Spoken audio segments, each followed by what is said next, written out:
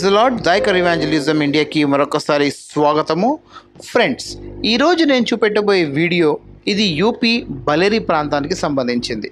యూపీలో క్రైస్తవులపైన జరుగుతున్న దౌర్జన్యము కొత్తదేమీ కాదు.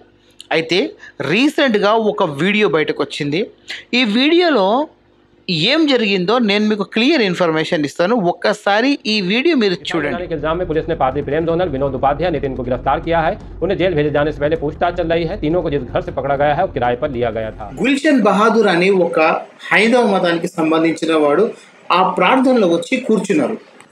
ఆ వ్యక్తి ఆ ప్రార్థనలో నేను ఒక విశ్వాసి అని వెళ్ళి కూర్చున్నాడు. కూర్చోగానే సాధారణంగా క్రైస్తవులు చేసే పని ఏంటిది? వాళ్ళ చేతుల్లో పాటల పుస్తకము, అదేవిధంగా బైబిల్ అనేది పెడతారు.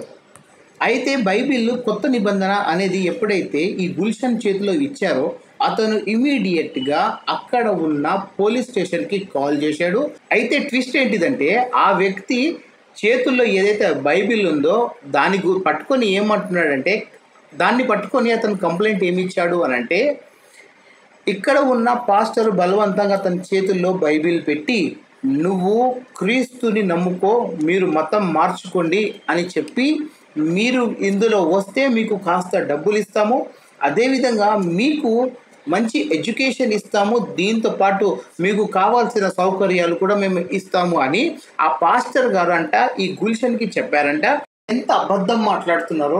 ఇప్పుడు దాకా నేను ఏ సంఘంలో కూడా ఇలాంటి విషయాలు నేను చూడలేదు, ఎక్కడ జరగవు కూడా. కానీ మీరు ఫస్ట్ ఆఫ్ ఆల్ అలర్ట్గా ఉండండి. క్రైస్తవులరా, మీ సంఘానికి ఎవడైనా కొత్త వ్యక్తి వస్తున్నాడు అని అంటే దయచేసి ఆయన డీటెయిల్స్ అనేది మొత్తం తీసుకోండి.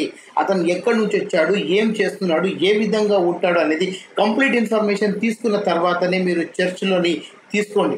ఎందుకు? ఎంతోమంది వేరే మతానికి సంబంధించిన వాళ్ళు చర్చికి వస్తున్నారు. వచ్చిన తర్వాత చర్చిలోనే వీడియోస్ తీస్తున్నారు, చర్చిలో వాళ్ళ చేతుల్లోనే బైబిల్ పెట్టుకొని మమ్మల్ని మతం మారుస్తున్నారు అని చెప్పి మరి వాళ్ళు పోలీస్ స్టేషన్లో కంప్లైంట్ ఇస్తున్నారు.